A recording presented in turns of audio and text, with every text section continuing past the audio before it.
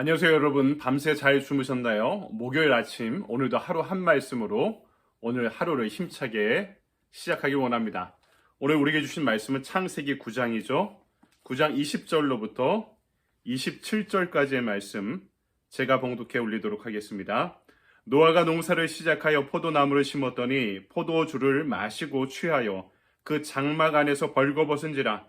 가나안의 아버지 함이 그의 아버지의 하체를 보고 밖으로 나가서 그의 두 형제에게 알림해 셈과 야벳이 옷을 가져다가 자기들의 어깨에 메고 뒷걸음쳐 들어가서 그들의 아버지의 하체를 덮었으며 그들의 얼굴을 돌이키고 그들의 아버지의 하체를 보지 아니하였더라. 노아가 술이 깨어 그의 작은 아들이 자기에게 행한 일을 알고 이에 이르되 가나안은 저주를 받아 그의 형제의 종들의 종이 되기를 원하노라 하고 또 이르되 셈의 하나님 여호와를 찬송하리로다. 가나안은 셈의 종이 되고 하나님이 야벳을 창대하게 하사 셈의 장막에 거하게 하시고 가나안은 그의 종이 되게 하시기를 원하노라 하였더라. 아멘. 주님의 말씀입니다. 주님께 감사드립니다. 오늘 우리가 읽은 말씀 가지고 허물을 덮어주는 사랑이다라는 제목으로 하나님의 말씀을 증거하도록 하겠습니다. 여러분, 가정이 무엇일까요? 가정. 창세기 2장 25절을 보면 이렇게 기록되어 있죠. 아담과 그 아내 두 사람이 벌거벗었으나 부끄러워 아니하니라. 서로의 벌거벗음이, 허물이 부끄럽지 않은 관계가 정상적인 부부관계고 가족관계라는 것이죠. 하지만 오늘 말씀은 한 가정의 수치스러운 허물을 전하고 있습니다. 그것도 당대의 완전한 의인이라고 일컬어지던 노아가 술에 취해 자식들에게 벌거벗은 모습을 보여주는 그 추태를 연출한 것이죠. 여러분, 흥미로운 점은 성경 읽다가 그런 생각하지 않으십니까? 왜 성경이 이런 허물들을 의인의 주인공이 될 만한 사람들의 잘못된 점을 좀 숨겨주고 미화하면 얼마나 좋을까, 이런 생각을 가끔 하게 되죠. 근데 그 허물을 전혀 꾸미지 않고 있는 그대로 드러내 보일 때가 많습니다. 여기는 성경이 갖고 있는 어떤 의도가 있는데요.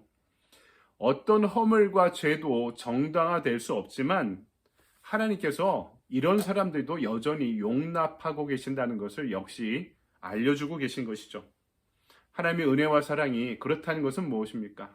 이 신앙의 영적 거인들, 신앙의 선조들의 허물과 죄만 하나님이 용납하신다는 의미가 아니라 그들과 같은 성정을 지닌 오늘 우리의 죄와 허물도 여전히 용납하시고 이런 우리도 여전히 사용하고 계시는 하나님의 은혜와 사랑, 그 자비를 성경 말씀이 우리에게 알려주고 있는 것입니다. 여러분, 죄 앞에서 자신감을 가질 수 있는 사람이 이 세상에 한 사람도 없다는 것을 우리가 너무 잘 알고 있지 않습니까? 우리는 경건의 가면을 겉으로 쓰고 살아가지만 우리 내면에는 죄의 강이 흐르고 있다는 것을 우리는 알고 있습니다. 오늘 노아도 언제 그가 허물과 죄를 드러내고 있습니까? 생육하고 번성하고 자식들도 잘 지내고 그리고 하나님께서 약속도 주셨죠. 이제 홍수로 더 이상 세상을 멸망시키지 않겠다. 그리고 그들의 삶이 이제 안정되기 시작한 것입니다. 그리고 농사도 너무 잘 되기 시작한 시점에 모든 것이 안정적이고 풍요로운 상태에서 노아가 지금 그의 허물을 드러내고 있는 것입니다. 여러분, 교만하지 말아야 됩니다. 사람이 넘어지는 것은요, 자기가 잘하는 것으로, 잘 되는 것으로 그렇게 되어 있기 마련입니다. 자기 전공에 대한 전문성이 있든가, 어떤 사람은 돈을 잘 벌입니다. 어떤 사람은 인간관계를 참 잘해요. 어떤 사람은 권력을 잘 활용합니다. 이것이 자기의 장점이라고 생각한다면 여러분, 언제나 이 장점으로 우리는 넘어질 수 있다는 사실을 기억하고 있어야 될 것입니다. 그런데 문제는 우리가 이런 나 자신의 죄에 대해서, 수치와 허물에 대해서는 잘 견디고 참는데요, 남의 허물에 대해서는 작은 것이라도 참지 못하는 강박성을 갖고 있다는 것입니다. 오늘 본문에서도 노아의 수치스러운 모습에 대한 부정적인 반응이 그의 아들, 친아들을 통해 드러나고 있지 않습니까? 22절을 보니까 가나안의 아버지 함이 그의 아버지의 하체를 보고 밖으로 나가서 그의 두 형제에게 알림해, 이렇게 짧은 한 문장이 나오고 있는데, 여기서 히브리어 원문에서 주목할 동사가 두 가지가 있습니다. 보다라는 것과 두 번째 알리다라는 것입니다. 보고라고 이야기할 때 이 보다라는 히브리어 동사는요, 라하라는 단어가 사용되고 있는데 이 동사는 어떤 의미를 지니냐면은 그냥 본다는 것이 아닙니다. 흥미롭게 주목해보고 감상한다는 뜻을 갖고 있습니다. 지금 함이 아버지의 추한 허물을, 아버지의 실수를 그냥 덮어주는 것이 아니라 보고 즐기고 있다. 이렇게 수치스러움을 드러내보고 있다라고 이야기하고 있는 거죠. 알리다라는 단어도 그렇습니다.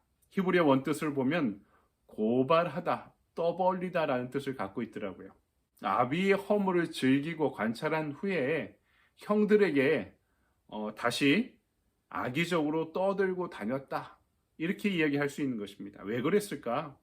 왜 아들인데 아비의 허물 앞에서 이렇게밖에 반응하지 못했을까? 한번 생각해 보십시오. 성경이 유독 이 함이란 아들의 반응에 주목하는 이유는요, 아마도 이 함이 평소 아버지에게 인정받지 못하던 아들이었을 가능성이 많습니다. 그러니까 이 내면에 아버지에 대한 치유받지 못하는 상처가 가득한 상태였을 것입니다. 여러분, 상처받은 사람의 특징은요, 그 상처를 극복하기 위해 남을 판단하고 비판하는 공격성이 더 많습니다. 쉽게 상처받기 때문에 타인에게 상처 주는 것도 쉽게 합니다. 부모로 인한 내면의 상처가 어떻게 됩니까? 자기 상황을 더 악화시킬 뿐만 아니라 자존감을 낮추고 잠재력을 마비시키고 하나님과 나와 이웃, 나와 가족 간의 관계를 지금 악화시키는 원인이 되고 있는 것입니다. 혹시 우리도 이런 사람들 아닙니까?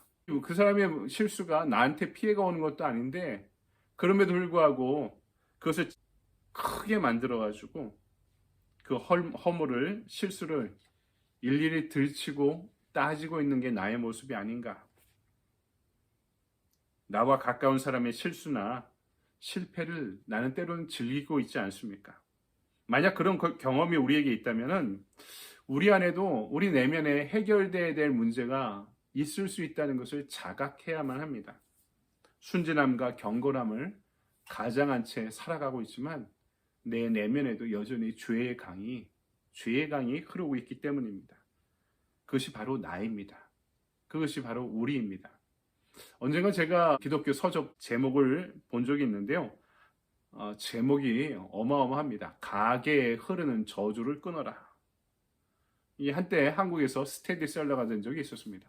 문제 있는 책이라고 나중에 판명되기도 했는데요.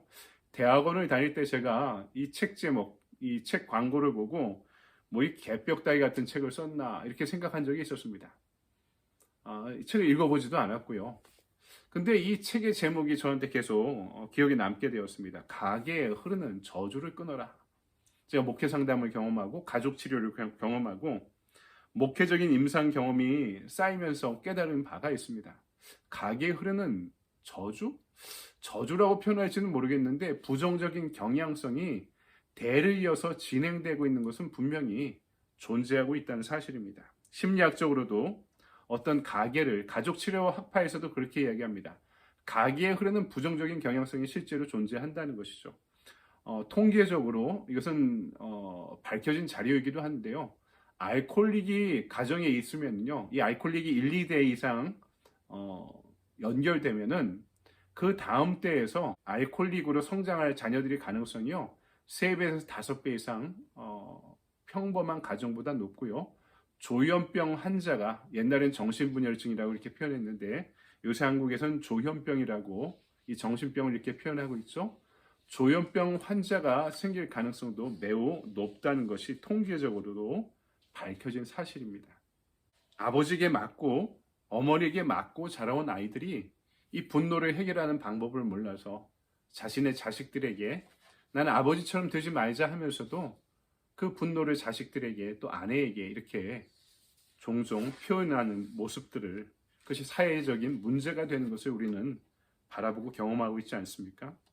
왜 이런 부정적인 경향이 이어가고 있을까요?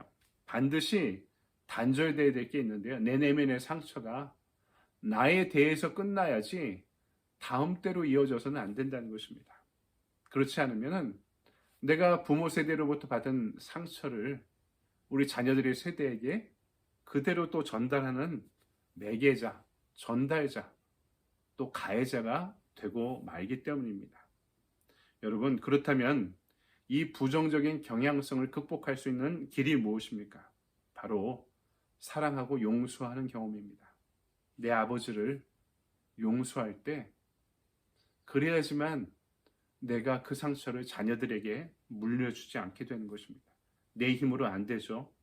나 같은 사람도, 나 같은 죄인도, 나같이 추악한 사람도 있는 그대로 받아들여 주신 그리스도의 십자가의 경험, 그 받아들임의 경험을 할 때 나도 누군가를 용서하고 받아들이고 그렇게 미워하는 나까지도 사랑할 수 있는 사람으로 살아가게 되는 것입니다. 우리도 그렇게 가까운 이들의 허물을 덮어주고 용서할 수 있는 관대한 내면의 힘, 자비의 힘을 갖게 되기를 소망합니다. 여러분, 말씀을 정리합니다. 우리 가정을 돌아봅시다.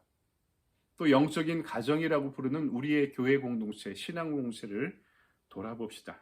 바로 그곳이 어떤 곳이 되어야 될까요? 부끄러운 모습이 보여도 수치심을 느끼지 않아야 되는 곳이 되기를 소망합니다. 저와 여러분의 부끄러운 허물을 서로가 가려줄 수 있는 곳이 우리의 가정이 되고 우리의 교회가 되길 소망합니다. 그것을 용서하고 안아주고 자비로 받아줄 수 있는 그런 우리의 가정, 우리의 교회가 되기를 주님의 이름으로 간절히 축원드립니다. 오늘 적용 질문을 함께 볼까요? 나는 상대방의 허물을 즐기고 떠드는 사람입니까? 그 실수와 허물을 덮어주는 사람입니까? 오늘 내가 만나는 사람의 실수와 허물에 대해 어떻게 대처하겠습니까? 아무래도 목사다 보니까 제 말의 영향력을 알고 있어서요. 생각 없이 한 말이 부메랑이 되어서 저에게 돌아오는 경험을 왜 안 했겠습니까? 말을 조심해야 된다는 것을 제 지도자의 자리에서, 리더의 자리에서 항상 경험하는 바이기도 합니다. 근데요, 저한테도 어떤 트리거가 있습니다.